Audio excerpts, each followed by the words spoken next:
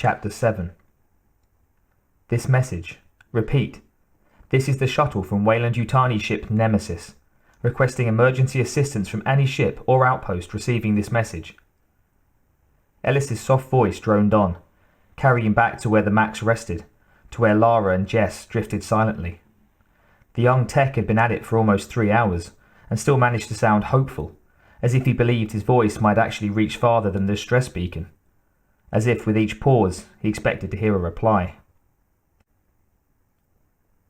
Anyone listening would have picked up on our code hours ago, Jess said quietly, a touch of concern in his deep voice. Lara was glad to hear it.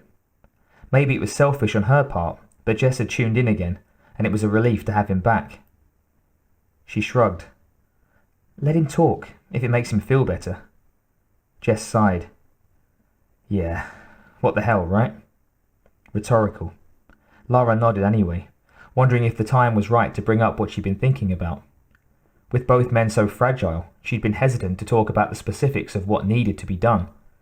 But she knew that she didn't want to spend her last minutes of consciousness trying to breathe, and she needed to know what position they would take. I can do myself, but they might need help. Ellis anyway.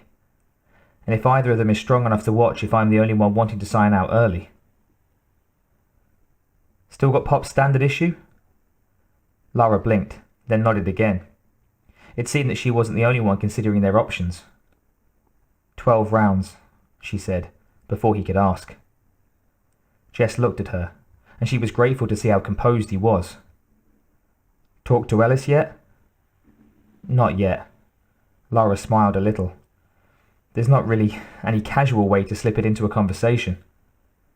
Jess grinned suddenly, his gaze glittering with humour that she thought was lost. Oh, I don't know. How about, so, got any plans for how you want to buy it? I hear getting shot's not so bad. Pass the coffee, would you? Lara was surprised into an actual giggle. It was a small sound, but it made her feel a hell of a lot better. And she thought that if she had to go anyway, at least her final hours would be with someone like Martin Jess. Whatever he'd done in the past, he was a good man. Want me to talk to him? Jess asked, his smile fading. Lara shook her head. I can do it. Might as well wait a little longer, though. He's still got hope, you know? He knew. She could see it in the depth of his eyes. Hope was a fleeting thing, something that shouldn't be ripped away before it had a chance to dwindle on its own. She was only a few years older than Ellis, but like Jess, she had no illusions about their situation. If Ellis was still able to find comfort in his, she didn't want to deny him that. Do you think they're looking for us? Jess asked. For that download? There was a thread of anger in his voice that she hadn't heard before. I don't know. Doesn't matter, does it? Jess shrugged. I guess not. I gotta admit, I wouldn't mind running a company crew right about now, and not just to save our butts. His tone was mild, but his eyes narrowed, the set of his jaw and the tick high on his cheek telling them more, perhaps, than he wanted to reveal. Fuck 'em, right? Definitely anger, and he meant it. Lara nodded slowly, thinking that misplaced hope wasn't the only thing that could keep someone going. Ellis has his rescue dreams, and it seems that Jess has revenge. I'm going to see how he's holding up, Jess said, and moved away, leaving Lara alone, leaving her wondering what she had, what was keeping her from collapse. I'm a goddamn Marine, she mumbled, the soft words filling her with an odd mix of amusement, embarrassment, and pride. Out of practice, maybe, running transmission lines on a corporate payroll, but the core was the core, as the saying went. She didn't get to die without permission. Semper Fi, sir. Yes, sir. Not much, maybe, but it beats the hell out of feeling sorry for myself. It'd do. Lara mentally squared her shoulders and headed up front, Ellis's soft voice still droning on, his words surely disappearing, unheard, into the blank waves of emptiness that would be their tomb. Briggs liked to think of himself as a thoughtful man, but the garden so originally titled Sand was peaceful to the point of coma-inducing. He sat on a small stone bench at the edge of a vast, carefully raked field of white grit, wondering what genius had marketed a giant sandbox as art. He could understand the appeal, he supposed, if one liked staring at waves of lines and contemplating beingness, but he wasn't that one.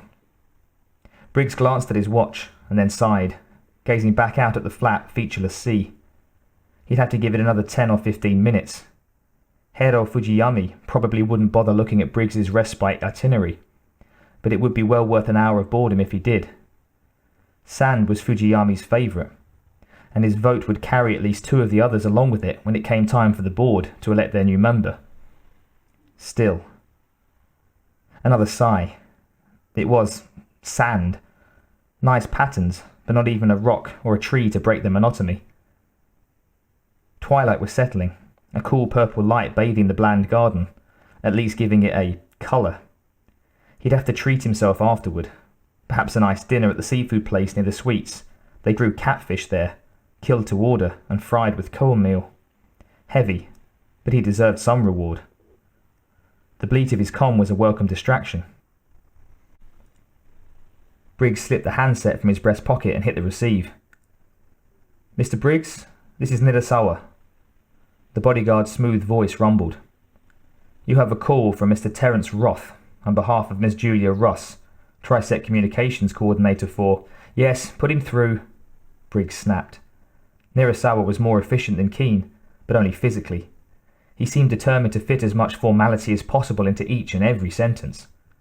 There was a short pause, enough time for Briggs to remember that Roth was the name of Julia's field scout, before a low, tentative voice sounded in his ear.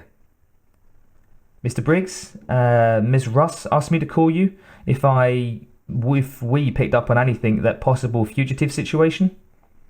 She said you could contact her if you wanted any more help. Information," he amended hastily. "Anything besides what I picked up, what we picked up." He was rattled. Some low level, undoubtedly aware of the animosity between Julia and himself. Briggs smoothed his tone. If she wasn't actually listening in, she'd certainly be recording the conversation. "I appreciate your call, Mr. Roth, and excellent work. You say you found something?" "Yeah," Roth said, obviously relieved that he wasn't going to be skewered by his boss's nemesis. "Sir, we caught the distress signal for ETTC Nemesis, Shuttle 60910, far edge of Sector 955. "Got you."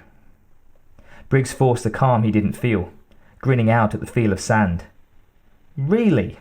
That's wonderful. Do you know their status?" "They're out of fuel, and unless someone on Nemesis stocked the shuttle up with extra oxy filters, they've got to be low on air. I'd say they were out, but Ms. Russ told me that there might be a couple of techs on board. They could have stacked the screens." Briggs gritted his teeth, reminding himself that Irwin could have the ship ready to go in 5 minutes as Roth droned on for another few seconds about the mechanics of air filtration. They could be on their way in 10. Far edge of 955. There's that survey outpost on Buddha? Bandy? 35 hours tops. Have Keen look up the head there. Probably some bio geek. Make sure they read the goddamn memo. And then the Crossweave would give him another 10, maybe 12 hours? Anyway, Ms. Russ said that you'd want to be informed before any decisions were made. "And I thank you for your promptness, Mr. Roth," Briggs said. "Please tell Julia that I'll handle things from here, and that I'll contact her just as soon as I need her input." He accented need, grinning again. "Perhaps I can call her and get the opinion of what to wear my first week on the board." Roth quickly signed off, and Briggs stood as he punched Nirasawa's number, turning away from the ridiculously dull garden and talking as he walked. He was in his element, now that there was something solid to work with. Over the koi pond and past the authentically shabby tea room, motioning to Keen, who stood stiffly by the front entrance, and giving instruction to Nirasawa, Briggs felt full of anticipation. Of excitement for things to come. No more waiting, hoping, ifing. Someone from the Max team had survived, and if they knew anything about the download from the trader, he was going to get it.